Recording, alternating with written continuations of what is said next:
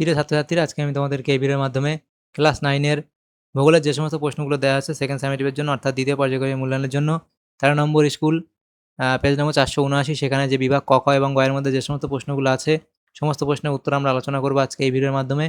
তোমরা ভিডিওটা শুরু থেকে শেষ অবধি অবশ্যই দেখবে এবং চ্যানেলে যদি নতুন হয়ে থাকো অবশ্যই তোমরা চ্যানেলটাকে সাবস্ক্রাইব করে রাখবে পরবর্তী যে স্কুলগুলো আছে সেগুলোর প্রশ্ন উত্তর পাওয়ার জন্য। এবং এর আগের যে স্কুলগুলো ছিল সেগুলোর প্রশ্ন উত্তর আমরা আলোচনা করে দিয়েছি, তোমরা প্লে লিস্ট থেকে সেই প্রশ্ন উত্তরগুলো পেয়ে যাবে, সেখান থেকে দেখে নিও সেই প্রশ্ন উত্তরগুলো। আজকে আমরা আলোচনা করবো এই 13 নম্বর স্কুলের প্রশ্ন উত্তরগুলো। এই 13 নম্বর স্কুলের প্রশ্ন উত্তরের পিডিএফ তোমরা পরবর্তীতে আমাদের টেলিগ্রাম চ্যানেল থেকে পেয়ে যাবে। ডেসক্রিপশনে আমাদের টেলিগ্রাম চ্যানেলের লিঙ্ক দিয়ে দেওয়া হয়েছে, সেখানে তোমরা যুক্ত হয়ে যাবে, তাহলে সেখান থেকে পরবর্তীতে তোমরা পিডিএফগুলো পেয়ে যাবে। বিভাগ ক এর মধ্যে যে প্রশ্নগুলো দেওয়া আছে দেখো, এখানে একের দাগে বলা আছে সঠিক উত্তরটি নির্বাচন করো। একের দাগের একের প্রশ্ন, কোন অক্ষরেখার পরিধি সবচেয়ে বেশি? কোন অক্ষরেখার পরিধি সবচেয়ে বেশি? সেটা হবে অপশান এ, অর্থাৎ 0 ডিগ্রি। এর পরবর্তী প্রশ্নে বলা আছে 103 ডিগ্রি 30 মিনিট পূর্ব স্থানটির প্রতিবাদ স্থানে দ্রাঘিমা হবে, তাহলে এটা কত হবে? এটা হবে অপশান বি, অর্থাৎ 76 ডিগ্রি 30 মিনিট পশ্চিম। এর পরবর্তী প্রশ্ন 3-এর দাগে বলা আছে পশ্চিমবঙ্গের মালভূমি অঞ্চলের উচ্চতম স্থান হলো, তাহলে এটা কোনটা হবে? এটা হবে গোর্গাবুরু, অপশান বি। পরবর্তী প্রশ্ন বলা আছে দ্বারকেশ্বর ও শিলাবতী নদীর মিলিত প্রবাহকে বলে রূপনারায়ণ, অপশান ডি। এর পরবর্তী প্রশ্ন আছে কি একটি পর্বতবেষ্টিত মালভূমি হলো? একটি পর্বতবেষ্টিত মালভূমি হলো এখানে হবে তোমাদের তিব্বত মালভূমি, অপশান ডি। তার পরবর্তী প্রশ্ন ক্ষুদ্র কণা বিসরণ দেখা যায়, ক্ষুদ্র কণা বিসরণ দেখা যায় বিষমসত্ত্ব শিলায়, অপশান এখানে বি হবে সঠিক উত্তর, বিষমসত্ত্ব শিলায়। তার পরবর্তী প্রশ্ন আছে দেখো পশ্চিমবঙ্গের সীমানায় থাকা স্বাধীন দেশের সংখ্যা, সেটা হবে অপশান বি, অর্থাৎ 3টি।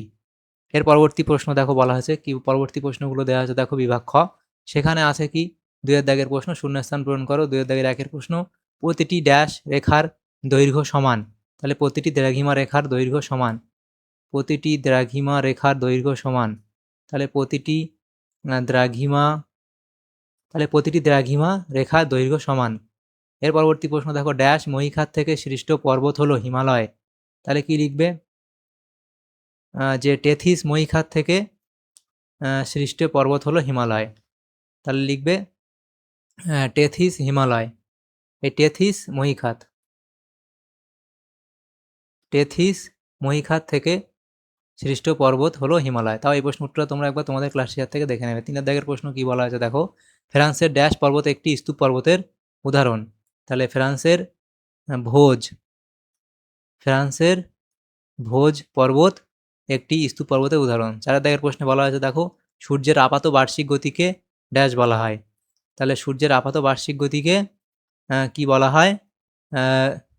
রবিমার্গ, রবিমার্গ, রবিমার্গ বলা হয়। পরবর্তী প্রশ্ন দেখো, আগে এই প্রশ্নটা তোমরা তোমাদের ক্লাস শেষে একবার দেখে নেবে।